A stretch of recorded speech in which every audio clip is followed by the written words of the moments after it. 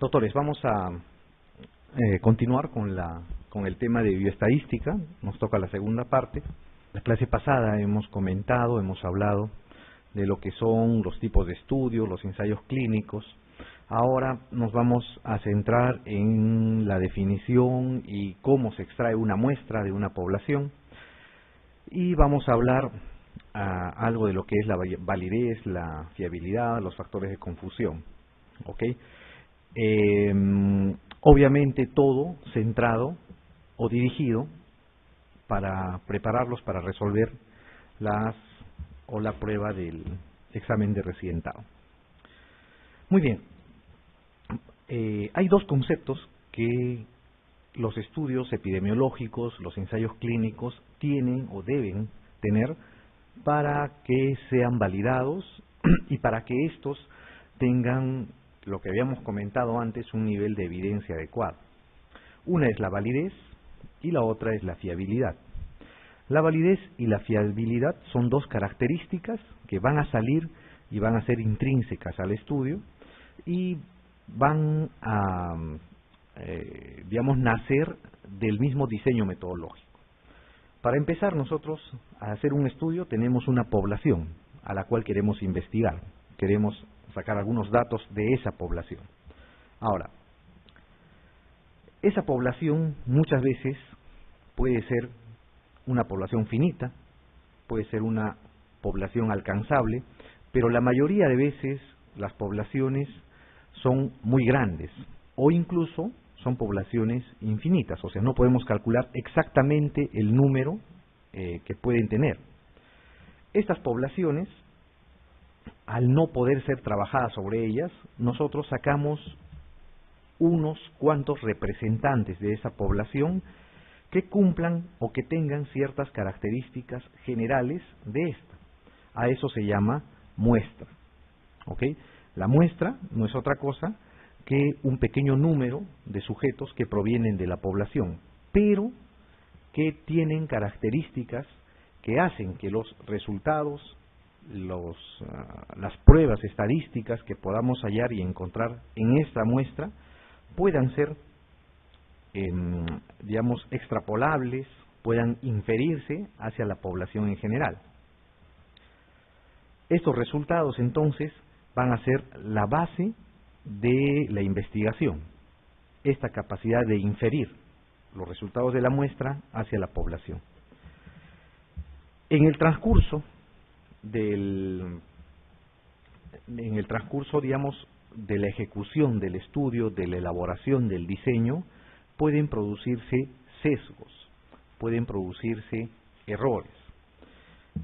Al hacer la muestra, al sacar la muestra, al elegir esos sujetos de la población, extraerlos para poder estudiarlos, podemos tomar o hacer o cometer dos errores. Uno es el error aleatorio y otro es el error sistemático.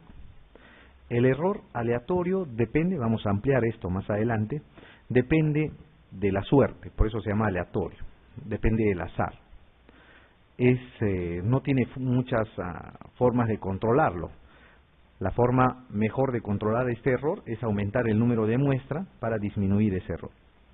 El error sistemático, en cambio, va a producirse debido a errores del diseño mismo, de la elaboración de la investigación. Y este error es el que nos puede llevar a que nuestros resultados no sean los adecuados. La ausencia, el hecho de que no tengan nuestro estudio error aleatorio y error sistemático, nos va a dar la validez y la fiabilidad, que son dos características que deben de tener los estudios epidemiológicos y los ensayos clínicos para tener una aceptación adecuada, digamos, como literatura científica. No se olviden los conceptos, validez y fiabilidad, que son la ausencia del error aleatorio y el error sistemático. Vamos a ampliar un poco lo que es esto. ¿Qué cosa es validez? ¿No es cierto? ¿Y qué es fiabilidad? Validez, su otro nombre es la exactitud.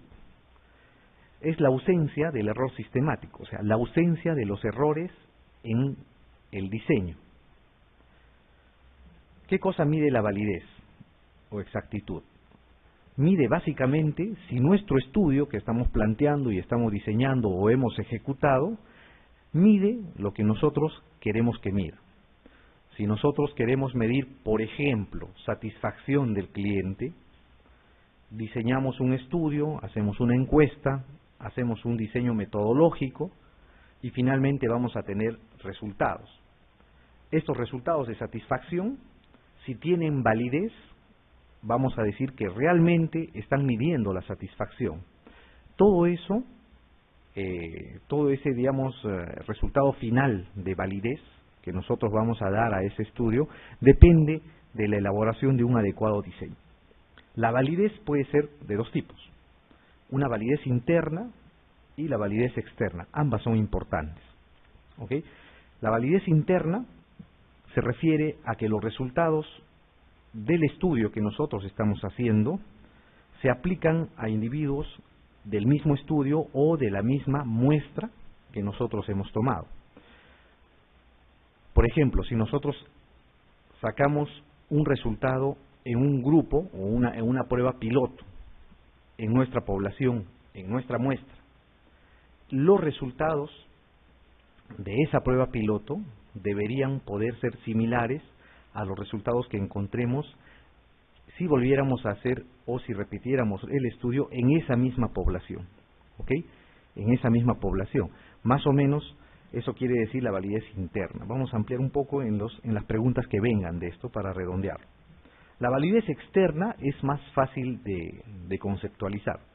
La validez externa, un estudio tiene validez externa si es que los resultados que hemos encontrado en ese estudio se pueden inferir o se pueden extrapolar a la población en general, o sea, si son aplicables a otros individuos distintos de los del estudio. Nosotros sacamos una muestra, por ejemplo, de adolescentes en una universidad. Hacemos un buen diseño. Si nuestro diseño, nuestro estudio tiene validez externa, los resultados que encontremos en ese estudio podríamos extrapolar a estudiantes universitarios en general, ¿no es cierto?, de toda la República, de todo el Perú o de todo Lima, si quieren, habiendo estudiado solamente en una universidad determinada, ¿ok?, si es que tiene un buen diseño. A eso se llama validez externa, cuando los resultados que encontramos se pueden generalizar a la población. Eso es la validez, ¿no? La fiabilidad, más bien, es la ausencia del error aleatorio, ¿no? Como dice acá, es el grado de similitud que presentarían los resultados si se repitiese el estudio en condiciones similares. ¿A qué se refiere ausencia del error aleatorio? El error aleatorio se produce debido al azar, a la suerte. Si es que nuestro resultado, nuestro estudio tiene una buena fiabilidad, esas variaciones que se deben al azar, a la suerte, van a ser pequeñas. En medicina, en ciencias de la salud, se considera máximo un 5% de error aleatorio, no puede ser más. ¿Ok? Entonces, si nosotros repetimos el estudio en otras realidades similares a la de nuestra población, deberíamos encontrar similares respuestas, similares resultados. ¿Ok? A eso se llama fiabilidad, la capacidad de reproducción del trabajo de investigación y que genera iguales resultados o similares resultados, ¿no?, con variaciones menores. Bien, habíamos dicho entonces que la validez y la fiabilidad en realidad son o representan la ausencia de errores, ¿no es cierto? Uno de los principales que puede existir es el error aleatorio. Como les decía, se atribuye a la variabilidad que se asocia al proceso de selección de toda muestra. No toda muestra es 100% homogénea, ¿no es cierto? Cuando ustedes sacan de una población una cantidad de sujetos, así tengan buenos criterios de selección, va a haber cierta variabilidad. De ahí viene la posibilidad de error, ¿no? Por ustedes ven, por ejemplo, en las encuestas de intención de voto, cuando hay las elecciones, dicen, con un error de +-5, +-2. Eso no se puede evitar, siempre existe un grado de error. Cuanto más grande sea la muestra, más grande sea la población en la que están trabajando, ese error va a disminuir. el error aleatorio como tal tiene algunas características que es importante conocer. Primero, no afecta la validez interna de un estudio. ¿Ok? Quiere decir que el error aleatorio puede producir algunas variaciones en los resultados, pero la validez del estudio, los resultados que se encuentren, no van a ser invalidados para ese estudio. ¿Ok? No afecta la validez interna, entonces. Disminuye la fuerza de la asociación exposición-enfermedad. Si estamos haciendo, por ejemplo, un estudio de casos y controles para ver un factor de riesgo, si es que es o no, o si está presente o no en la aparición de una enfermedad. Si tenemos un error aleatorio, podríamos encontrar que es un factor de riesgo, pero de repente el OR, por ejemplo, que hallamos en un estudio caso control, será de 3. Sin embargo, si el error aleatorio no estuviera, podría ser de 5. ¿Me entiende? O sea, la fuerza, la intensidad de la asociación, exposición a enfermedad, puede disminuir o puede incrementarse, si es que existe este error aleatorio. Pero no va a cambiar la dirección. No altera, como tercera característica, no altera el sentido de la asociación.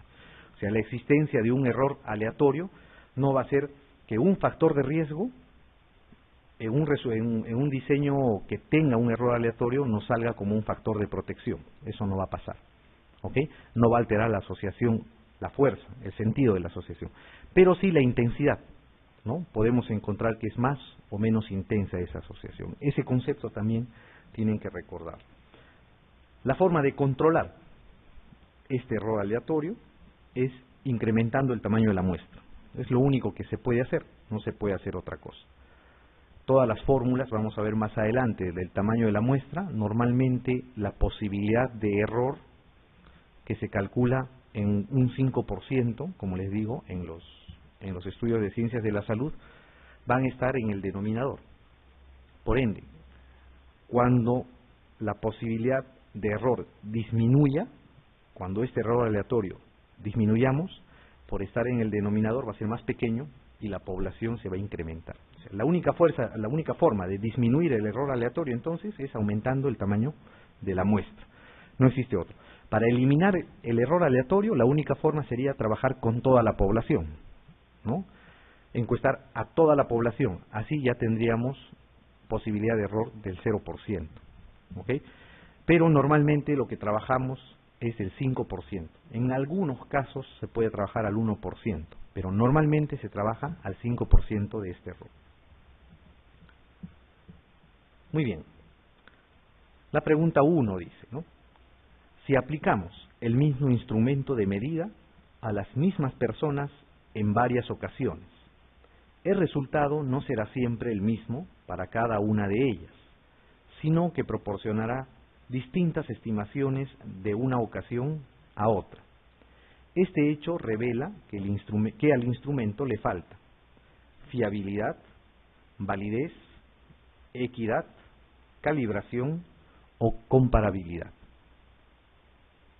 ¿No? Ustedes hacen una encuesta, por ejemplo, ¿no? Diseñan una encuesta para saber o para estudiar los conocimientos, actitudes y prácticas de una población. ¿Ok? Aplican a los sujetos investigados esa encuesta. Pasado un tiempo la vuelven a aplicar y salen distintos resultados, distintas estimaciones. ¿Ok? ¿Qué dirían respecto al instrumento? ¿Qué le falta? Fiabilidad, validez, equidad, calibración o comparabilidad. El hecho que un instrumento no proporcione medidas similares en las mismas personas o los mismos sujetos de estudio, se dice que le falta fiabilidad. ¿Ok? Fiabilidad. ¿Qué cosa es la calibración? Por ahí podrían preguntarles, ¿no? La calibración normalmente es un proceso que se hace cuando se van a estimar o se van a tomar medidas con instrumentos similares, pero que no son los mismos. Por ejemplo, van a tomar la presión arterial a una población y tienen 5 tensiómetros. La calibración significa que los instrumentos deben estar preparados, ¿no? y deben de reflejar las mismas medidas. ¿Ok? O sea, eso se llama calibrar. Una balanza, por ejemplo, quieren tomar el peso de una población y tienen 5 balanzas. Calibrar significa que cuando no pesen a nadie, el eje esté en 0. ¿No es cierto? Ponen un peso de 5 kilos, esos 5 kilos deben de ser medidos exactamente igual en todas las balanzas, ¿no? Eso significa calibración, ¿no? Homogenizar los resultados de diferentes instrumentos, no es el mismo, esa es la diferencia con la fiabilidad. Muy bien. La pregunta 2 dice, en un estudio epidemiológico en el que se desea tener el menor error aleatorio posible, se debe incrementar los criterios de exclusión, aleatorizar la muestra, disminuir el grado de precisión, incrementar el tamaño de la muestra, usar técnicas del doble ciego. ¿Qué será? Habíamos dicho que la única forma de controlar este error, el error aleatorio, es incrementar el tamaño de la muestra, ¿no es cierto? Muy bien, cuando ustedes sacan una muestra de una población, tiene que tener 2 características principales. Uno es el número de sujetos que van a usar. Y 2 son las características de estos sujetos, las cuales tienen que estar representando o representan a la población misma. O sea, el número y las características del sujeto. El número lo van a sacar mediante las fórmulas del tamaño muestral. ¿Ok? Las características de los sujetos de estudio tienen que darse mediante los criterios de selección. ¿Ok? Los criterios de selección para tomar una muestra de una población pueden ser criterios de inclusión o criterios de selección, de exclusión, los dos, de inclusión y de exclusión. ¿Ok? Esos 2 criterios van a ser los fundamentales para definir o para homogenizar más o menos la muestra.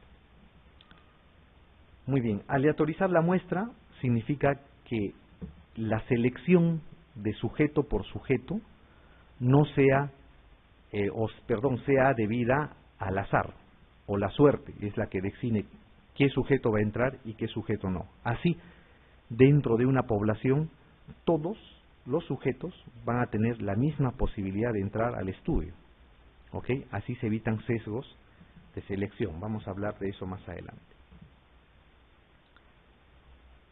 Las técnicas del doble ciego, como habíamos visto antes, son técnicas de enmascaramiento, ¿no es cierto? Sirven para, básicamente, disminuir los errores de medida o los errores de información.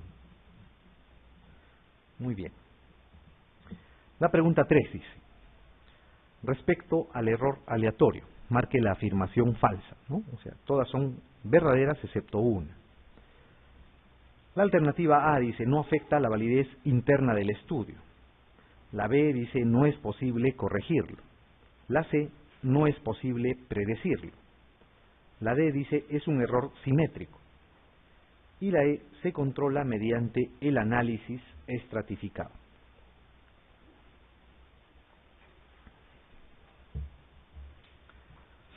¿Cuál es lo falso respecto al error aleatorio? ¿Ok? No afecta la validez interna del estudio. ¿Cierto o no? Cierto, ¿no es cierto? Habíamos dicho que no iba a afectar la validez interna. No es posible corregirlo. No es posible corregirlo porque es un error que deviene del azar, deviene de la suerte. ¿Ok? Y por ser de la suerte, por depender de la suerte, no es posible predecirlo tampoco. Es impredecible. ¿Ok? No es posible saber cuándo vamos a cometer o no. La única forma de hacerlo es controlarlo. ¿Y controlar qué cosa? Controlar mediante el incremento del tamaño de la muestra. Es un error simétrico, dice. ¿A qué se refiere esto? Los errores se pueden clasificar así también, como simétricos y como asimétricos, ¿no? Es una clasificación algo poco usual, poco usada. Pero hay esa, téngalo presente por si acaso. Error simétrico es aquel que no te va a alterar los datos finales. ¿Ok? Y el error asimétrico es aquel en que te puede alterar finalmente los resultados, porque va a jalar hacia una de las dos o de los dos extremos de respuestas. Por ejemplo, hacen un estudio de calidad. El error simétrico, por ahí les puede bajar el porcentaje de pacientes que perciben calidad. ¿Ok? Pero un error asimétrico les puede cambiar la forma de ver digamos, la calidad hacia uno de los extremos. O sea, puede cambiar la forma de expresar los resultados. En el primer error van a tener solamente un descenso, ¿no es cierto? Unas personas menos o unas personas más, en el caso opuesto, van a decir que el servicio ha tenido una calidad adecuada. Pero cuando es asimétrico, normalmente el error jala para uno de los dos lados. Un error asimétrico en ese estudio podría ser que ya no se ve como un servicio de calidad, sino un servicio que no tiene calidad de atención, ¿me entiende? Ese cambio a uno de los extremos no se va a producir con el error aleatorio, ¿ok?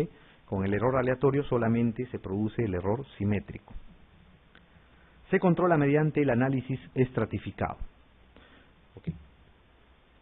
El análisis estratificado sirve para controlar los factores de confusión. Vamos a ver qué cosa es eso. Ya saben que la única forma de controlar el error aleatorio es aumentando el tamaño de la muestra, ¿no es cierto? Lo único. El análisis estratificado sirve para ver o para corregir o para controlar los factores de confusión.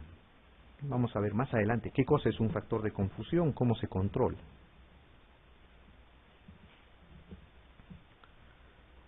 Muy bien, la pregunta 4 dice: la ausencia del error sistemático dará a un estudio la fiabilidad, la potencia, la validez, la significancia, la homogeneidad. El error sistemático, no se olviden, es un error en el diseño del estudio, ¿no es cierto? Un error del diseño puede producir un error sistemático. Y si existe un error de diseño, lo que se va a afectar es la validez. La fiabilidad depende del error aleatorio. Ok, el otro concepto, en la E, por ejemplo, dice homogeneidad, ¿no es cierto? La homogeneidad normalmente lo va a dar la aleatorización. ¿Ok? Cuando ustedes hacen una aleatorización de una muestra, va a ser posible, va a dar que la muestra sea más o menos homogénea respecto a la población. ¿Ok? Y junto con los criterios de selección adecuados, van a producir una homogeneidad y una comparabilidad adecuada. Okay. Generalmente la homogeneidad se busca en estudios o ensayos clínicos. En esos casos es muy importante que la muestra sea homogénea. No se olviden, el primer paso es la aleatorización y fundamentalmente el uso de buenos criterios de selección para hacer una muestra homogénea. Muy bien, vamos a hablar ahora de lo que es el error sistemático. ¿Qué cosa es el error sistemático? Habíamos dicho, el error sistemático es un error que se produce cuando existe un mal diseño, ¿ok? No se hace un buen diseño metodológico, o cuando se realiza, se ejecuta el estudio, se producen errores. Cuando existe error sistemático, ¿no?, los resultados que se encuentran en el estudio van a ser distintos a lo de la población, por ende no van a servir, ¿no?, van a anularse. Entonces, la presencia del error sistemático es una causal de que un estudio sea invalidado. ¿Qué características tiene el error sistemático? No se relacionan con el tamaño de la muestra. Pueden tener una muestra muy grande, disminuir el error aleatorio, pero si está mal diseñado vuestro trabajo, van a encontrar errores y grandes, y van a invalidar las conclusiones de un estudio. ¿Okay? Que es muy importante saber. ¿Cuáles son los tipos de errores sistemáticos que se pueden cometer? Los sesgos o errores de selección, los sesgos de información y finalmente existen factores de confusión que producen este tipo de errores. ¿Qué cosas son los sesgos o los errores de selección? Principalmente estos se van a dar en los estudios de casos y controles. Normalmente en estos estudios la obtención de los casos no es muy difícil. Ustedes agarran, buscan las personas enfermas y ya tienen un caso. Lo difícil en un estudio de caso y control es identificar a los controles, ¿ok? Que sean parecidos a los casos pero que no estén enfermos, pues, ¿no? Se van a producir cuando se asignan sujetos al grupo control que difieren significativamente en alguna característica clave del grupo problema. O sea, ustedes agarran, encuentran los casos y los controles siempre deben ser lo más parecido posible a las características de los casos, de los enfermos. Por ejemplo, quieren estudiar Alzheimer en pacientes ancianos. Entonces, sus controles tienen que tener las características similares a los pacientes con Alzheimer.